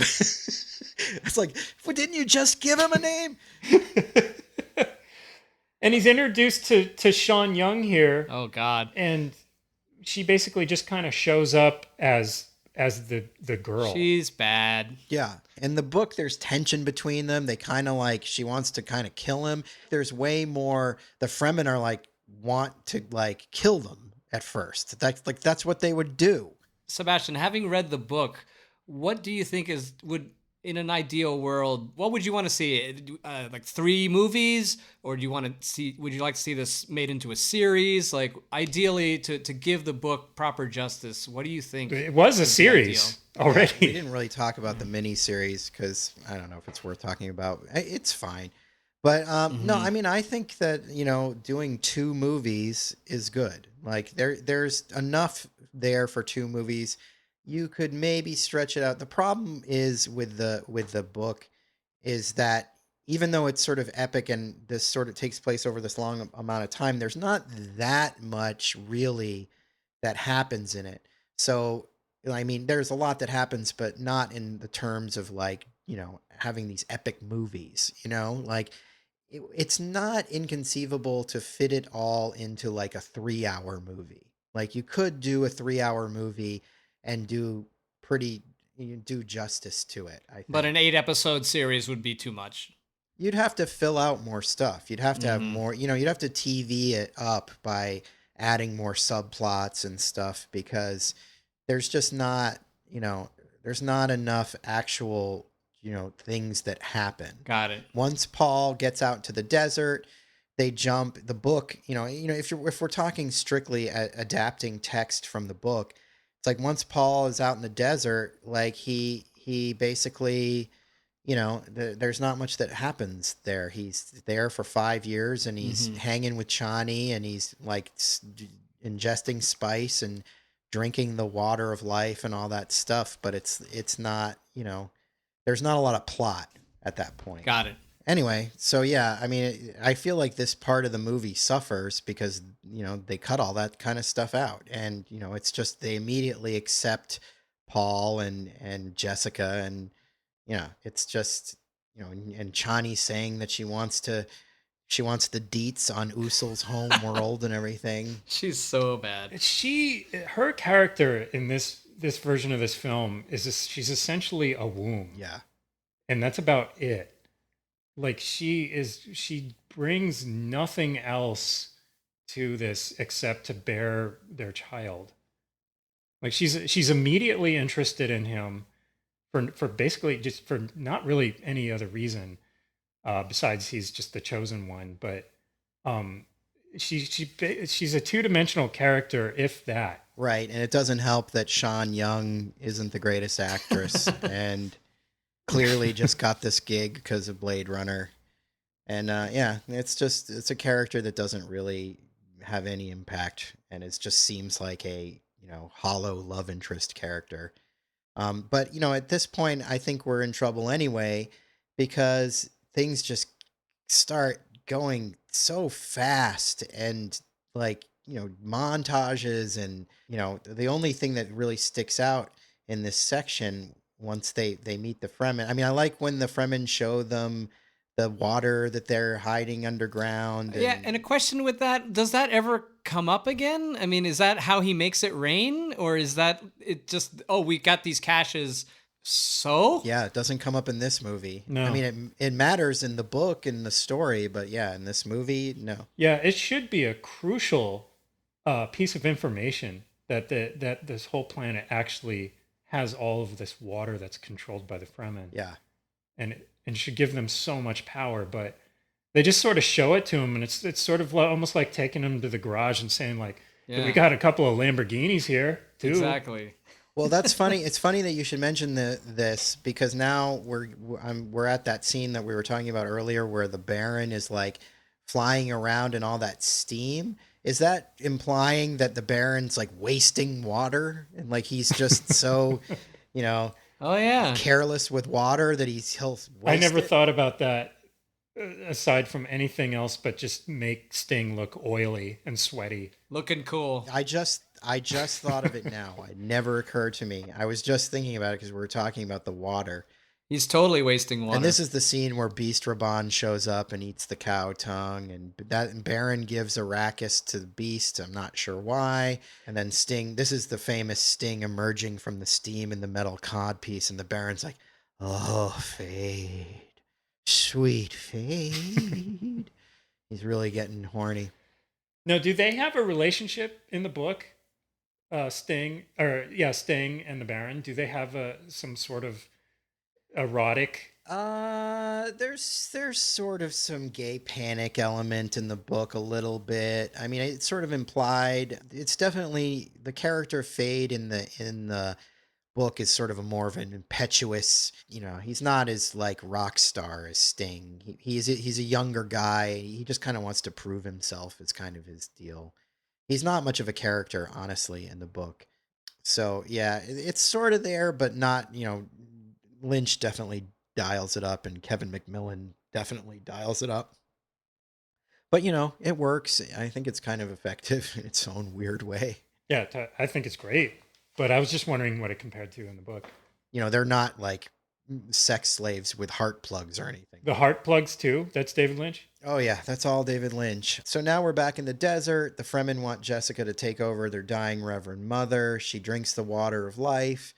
The old Reverend Mother dies and Jessica lives, but the water causes her to give premature birth to Aaliyah. Oh, the scariest thing ever. This kid, yeah, kind of when she has the devil voice, but this kid bugs the shit out of me.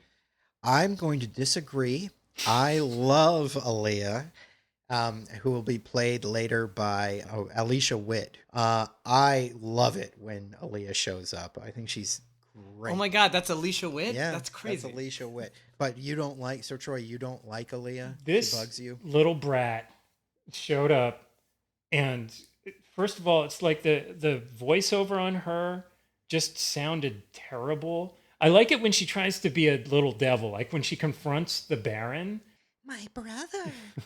That seems kind of cool. Oh my God. But I remember it was one of the scenes that... How can you not like my brother? I know, but I mostly remember kind of getting into this film when I first saw it as a kid until you saw that end battle and this kid in this sort of music video stance, like holding up her knife. Yeah. Oh, I love that. Bad optical against the desert with her robes flying in the wind. Sebastian, if we're jumping to this, I will tell you that this is the reason this movie did not do well. It's because she ends the movie. She's so freaky with the voice and just her costume and everything that's going on is making everybody in the audience feel icky and is like totally pissing away any goodwill that this movie earned. And then when the climax of the movie is she goes, "He is the Kwisatz Haderach." Yes, everyone is left the credits. scratching their head, going, "What the hell is the Kwisatz Haderach?" And then the credits roll, and it just left everybody with the worst feeling walking out of this movie, and no one was gonna recommend it after that. Like, so if you want to know the stumbling block of this movie, that is it, because there was no coming back from that. Yeah, I agree, Chris, and I think that's why I'm being really hard on this kid. And it's really, she would have been fine, but it's what you were saying, Seb, is that at this point we're rushing through stuff so fast, and years are passing. Yes, and then suddenly there's this kid, and we barely know who she is or what her impact is on these people, and then the movie kind of just sort of wraps it up. Like, she should have been introduced halfway through the movie. Yeah. We spent so much time lingering in this fortress and, watching these people have meetings and talk. Like, they could have jumped way ahead to have this character have more of a presence in this movie and basically be the third act, right? Well, I'm just in the books, she ends up becoming kind of a villain in later sequels. So I think they were thinking in franchise terms probably. So they're like setting her up in this movie, and then she's going to be a bigger deal in later movies. But anyways, we're getting ahead. So, anyways, he has a daughter. We haven't even talked about the worm riding and all that. Right. So, Yeah. Well, I mean, we can move through this quickly because the movie moves through it quickly. yeah. The only thing we got to talk about is, cutting away from the stuff in the desert is the cat milking scene. Oh my Where God. the Love Baron again. tortures Hahawa with the cat milking, Yes. which is not in the book, by the way. Of course it's not in the book. Paul and Chani are in love, and then we're rushing. Paul's the leader now. We get the scene where he's teaching them the weirding way with that pyramid thing. Which is cool. I do like that, training. It's a good lightness too. I feel like when he yells at it to break, it's actually one of the humorous, like, human moments in the movie. Yeah, agreed. He's laughing with these people. It's where we kind of feel like we're really there hanging out with these characters.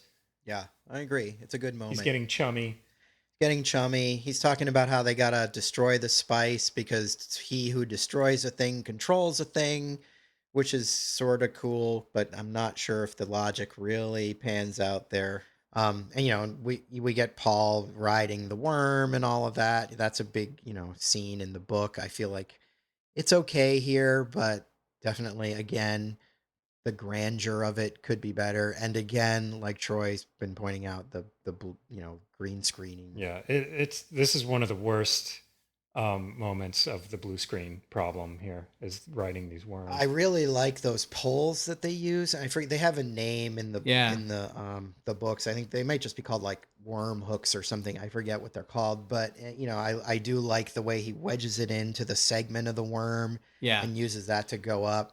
That's described in detail in the book, and it's cool. I mean, it's definitely not as done as well as it could be here, but you get a lot of Toto electric guitars in this scene. That Toto awesome power chord just slams right in, and it crashes in like Twisted Sister or something, man. I mean, it just comes in uninvited, and you're just like, oh, okay. I guess it's that kind of movie now. And like, honestly, Troy, you were saying that apparently there's a lot of Toto guitar. I never noticed it until all of a sudden, bam! It just comes right in. It's the worm riding scene. Yeah. Okay, yeah. So, Paul takes the water of life. The sleeper is awakened. We're sort of jumping around here, but that's how the movie feels. So I feel that that's fine. Yeah, honestly, I can't tell when they ride the worm, when they take the water of life. Yeah, and I just watched this, and I'm still, it's sort of floating around in my memory when these things happen. He takes the water first, then he does the worm, blah, blah, blah.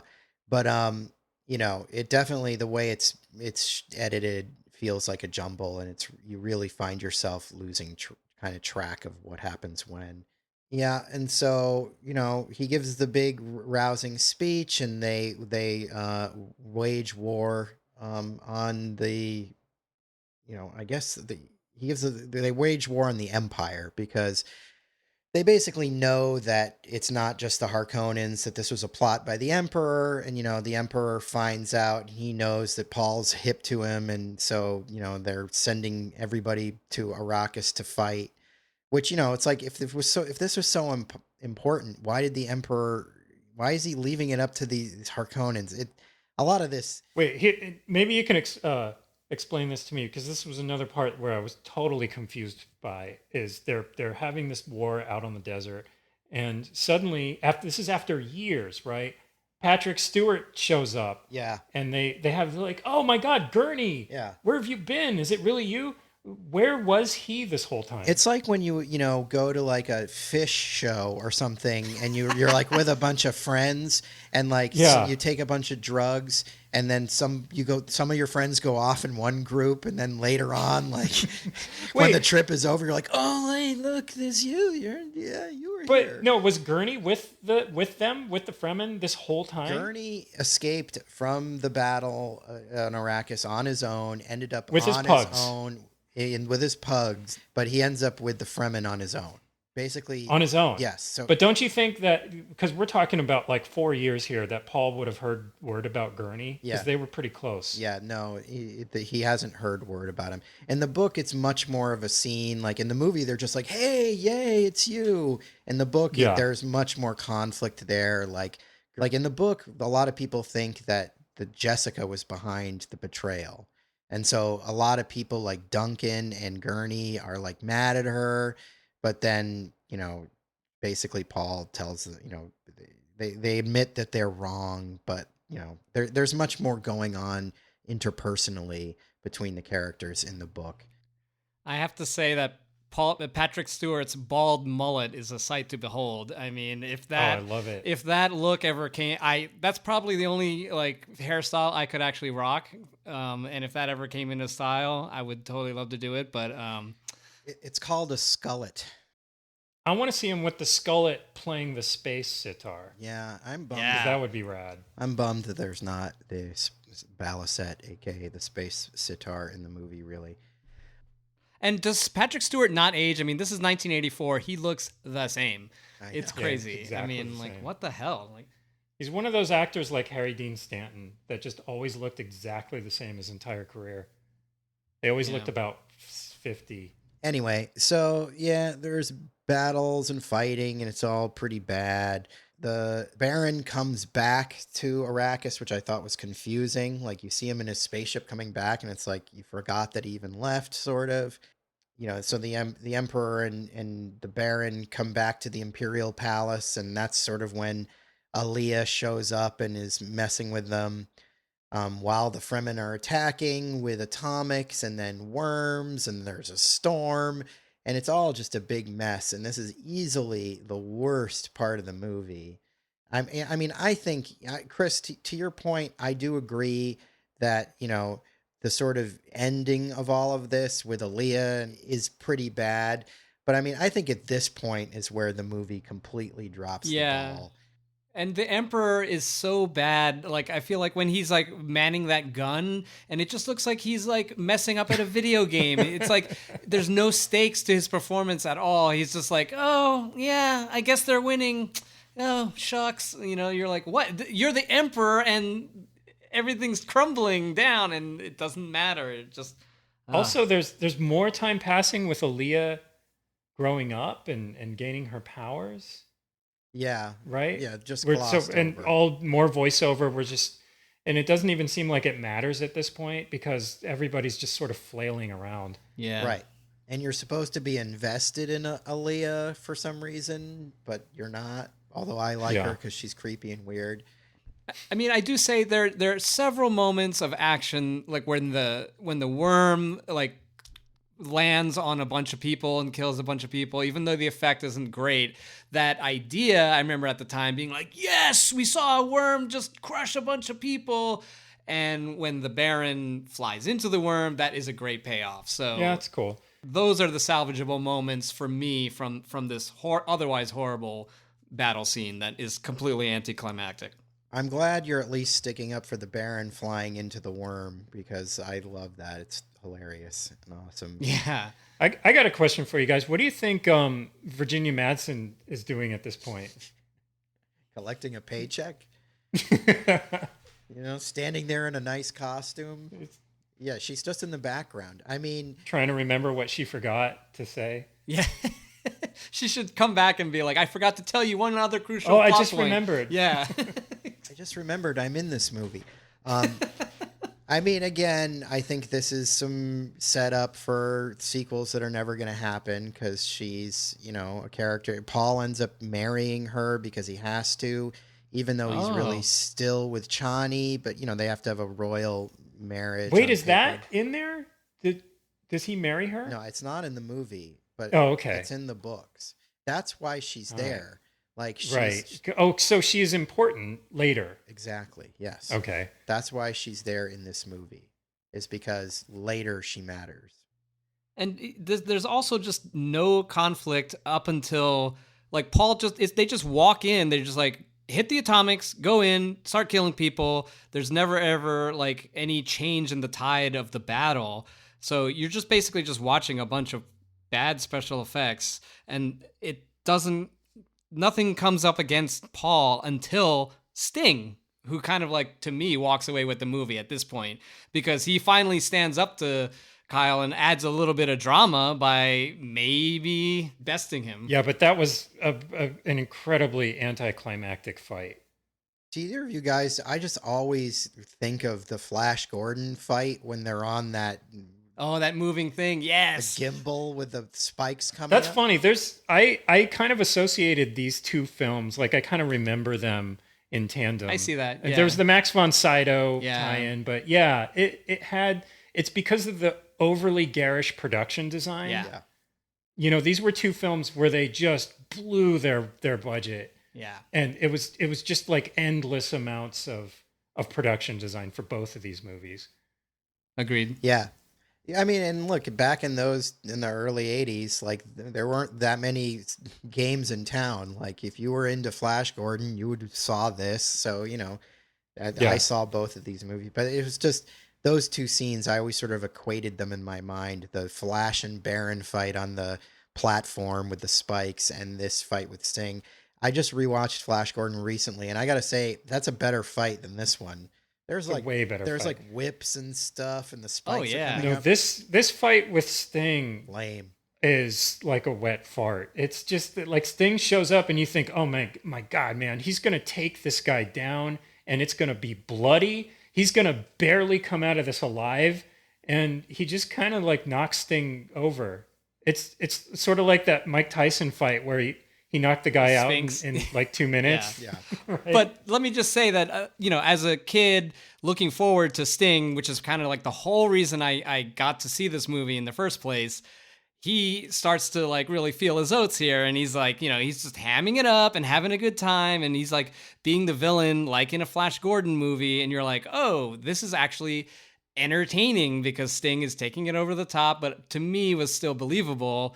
With the I will kill him. I mean, come on, that's great. So maybe the fight wasn't great, but at least Sting gets to emote and entertain us a little bit. And I will say, his death, a knife to the throat, I had not seen at the time, and I thought it was fairly gruesome. So, And he does get to use the weirding way without the module. yes, without the module, and then And crack yeah, the floor open.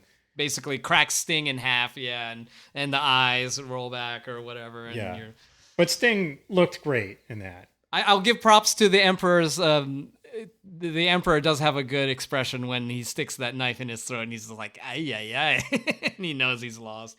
Yeah, so Paul kills Sting with a knife to the head, and then Paul's made ruler, and he's given this sick ass cape, and he makes it rain on Arrakis, which 100% does not happen in the book.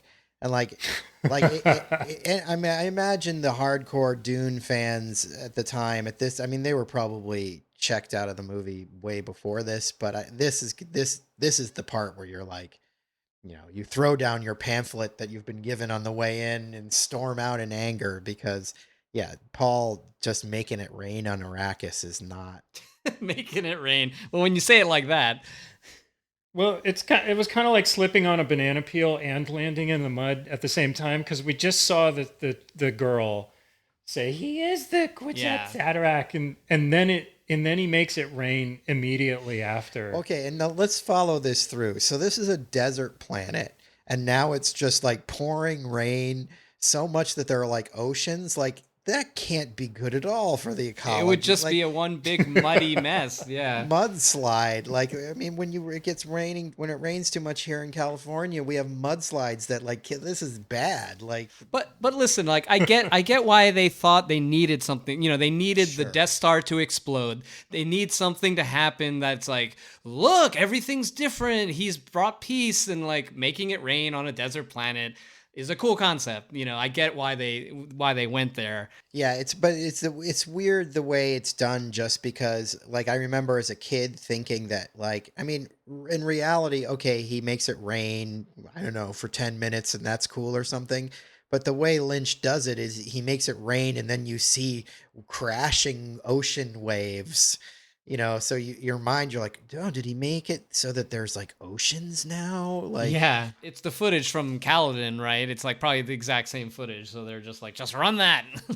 Yeah, I actually thought it was Kaladin. Like that's why it was kind of confusing to me. I thought it was, the backdrop for the credits starting on Kaladin. right, which doesn't make sense. Why are we going back to Caladan? Like, I'm just talking about the visual language. I don't want to belabor this or anything because it's just a shot, but it's like just it's confusing visual language, especially when you're a kid and you're taking everything sort of literally. I get your point, Chris, that dramatically as an ending, it's kind of you see why they went there. And so, we're at the end. There's a goofy credit sequence where soft rock Toto music is playing and silly shots of the cast looking kind of vaguely Oh, embarrassed. the stills of the cast, but not a They're still not stills. shot. They're moving, right? They're Yeah, they're posing. Right. poses. They're not stills. They're actually standing there looking awkward. Yeah, and so that basically Which wraps is up the on movie. it, which is actually how they are through most of the movie. They just have an inner monologue dubbed over them while they're standing awkwardly, Yeah. They should have had like inner monologues going over the men like going over the Yeah, credits. yeah. I hope the check clears for this. All right, well, so any last thoughts on Dune and specifically like what are your final thoughts on David Lynch's Dune? What do you think works about it? What do you think doesn't work about it? Why do you think it failed? Troy. I I don't know who this film was made for. Like I said, when I remember this when I was a kid, uh, just with a lot of marketing and toys, and it is so not a film for kids. I mean, we all saw it, and like you said, it's kind of there wasn't a whole lot going on. This was kind of one of the only games in town that summer or whatever, but nobody understood what this film was about, right? If you had any of those lunch boxes or notebooks or any of the things that were made for kids and all the decorations and stuff, it was solely based on how it looked, and there was some cool costumes and there were some ships or anything. But ask any of us in 1984 what this was about in one sentence, and you couldn't give me any answer for that at all. Like, is it about a hero who saves a planet, or is it about somebody who learns how to use a special power or something? Totally baffling. So I think, story wise, it was a gargantuan book with a lot of ideas that needed to be reinterpreted and adapted into a story, which probably would have, you know, rubbed the feathers of some hardcore Dune fans the wrong way. But when you're making an adaptation, you got to simplify it for an audience and actually tell a story. And I don't think this film ever really told a story. Yeah, I mean, as a kid, I walked away from it just kind of looking at it through the Star Wars lens of like, oh, it's a story about a young guy who, a hero. So, I mean, I walked away from it thinking of it in those terms, but I just remember not liking it and not thinking it was good. And I just thought it was a bad Star Wars, really. Yeah. So if it was marketed, who was it marketed to? So if we didn't, as kids, walked away from it feeling a little icky, which I think we all kind of did. Um, it wasn't. It was certainly we didn't go around to school and say like, "Oh man, did you see that awesome film?" Like it wasn't talked about all summer long. So was it marketed to Dune fans, or was it a family picture? No, I guarantee you back in the 80s, they did not care about Dune fans. At least, they probably thought, well, this book was popular and it won, awards and it's well regarded, so it's got to be good. And so, like, I think they just probably figured, well, this book is good and people like it, and it's, we can market it as another Star Wars. And so they probably figured, they had a real winner on their hands just because, it had that credibility. And I think they were marketing it as Star Wars. The fact that they had toys and everything is, evidence of that. That's what they were thinking. I just don't think that, back then marketing machines were the way they are now. I think now maybe people know better how to sort of market these things, and now there's such a geek culture. To a fault, I guess. Yeah. Because we did get some gems because they were just like, well, let's try this shit now. Yeah. I mean, look at Lord of the Rings, I mean, if they had tried to do that in the 80s, I know they did the 70s cartoon, but if they had tried to do that in the 80s, it would have been terrible. It would not have worked because there's just not the sort of culture, around it where they trust to do it right. The reason why Lord of the Rings worked is because they were like, we're going to do 3 movies. We're going to get this director who's got a great sensibility, who's done these little movie, they're smaller horror things, and like, they trusted him, and it was a gamble that worked because he really got it. But I think, the problem I think is that this was a time when we didn't really understand as well how these things worked. You're talking about a difficult to adapt book to begin with, and you're handing it to a director who's got really an oddball sensibility. And we were at the sort of dawn of sort of special effects taking another leveling up where you could really start to realize some of these ideas effectively, and it wasn't like cardboard spaceships. I get why they tried it. I just don't. I think that they just made bad behind the scenes creative decisions, from, unfortunately, from hiring David Lynch and, kind of moving forward, even though I'm glad it exists because I kind of love it as an oddity, you Absolutely. know? I love it as a David Lynch movie, and I feel bad that he has some really hard feelings about this movie because I think there's great David Lynch moments in this film. Like I definitely put this in his body of work. I mean, he was a director for hire, and he was had a task before him to try to pull off, somebody else's vision, but was able to inject some of his some great scenes in there, Yeah. and sort of get his feet wet with for some future work. Yeah, the movie's a mess, but I just love it for being so weird. And I agree that the visual effects were just not ready at the time. Like you're talking about Lord of the Rings and how they took a shot on it, but that was like 2000. That was after Phantom Menace when CG was prevalent, and like they did the best they could. They probably could have done better if it was like ILM and Lucas and like someone who was a little bit more technical. And it's hard for me to really say what Dune, the story, and the book is because I came at it from this. This was my first introduction to it. So I don't know how honestly weird the book is if I came to it before having seen this movie. But it really does feel like they had a weird book and a weird director, and they just doubled down on weird. and they just, put a whole bunch of money, and we climbed this tree way higher than anybody thought they could, and then the view was very icky, as everybody says. And it's kind of cool now being an adult and watching it and realizing that they allowed him to do this and spend all this money and make us feel this way using all this money, which normally would never happen.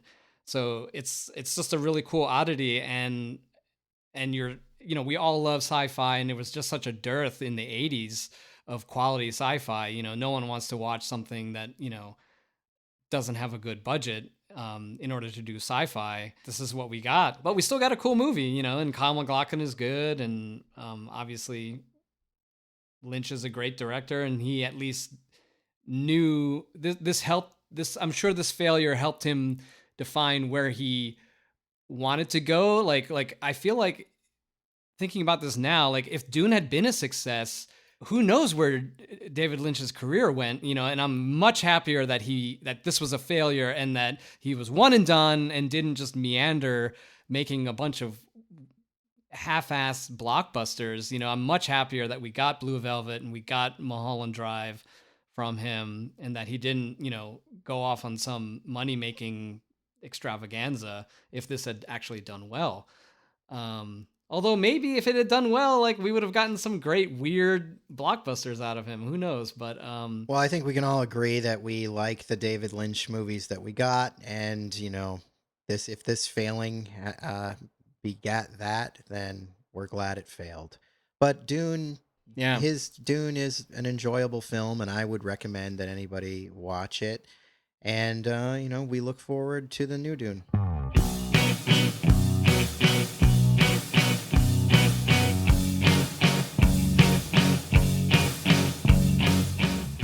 about does it today for Tentpole Trauma. If you like what you heard, check out our social media presence on Instagram, Facebook, and Twitter. Just look for Tentpole Trauma. That was easy, wasn't it? If you like us, hit subscribe and leave us a sterling review on iTunes, if you dare. If you really like us, head over to patreon.com and get involved in one of our fabulous tiers. You'll be glad you did. Want to communicate with Tentpole Trauma? Send an email to tentpoletrauma@gmail.com. We'd love to hear from you. And who knows, one day you may even get your email read on one of our shows. Well, thanks for listening, and we'll see you real soon.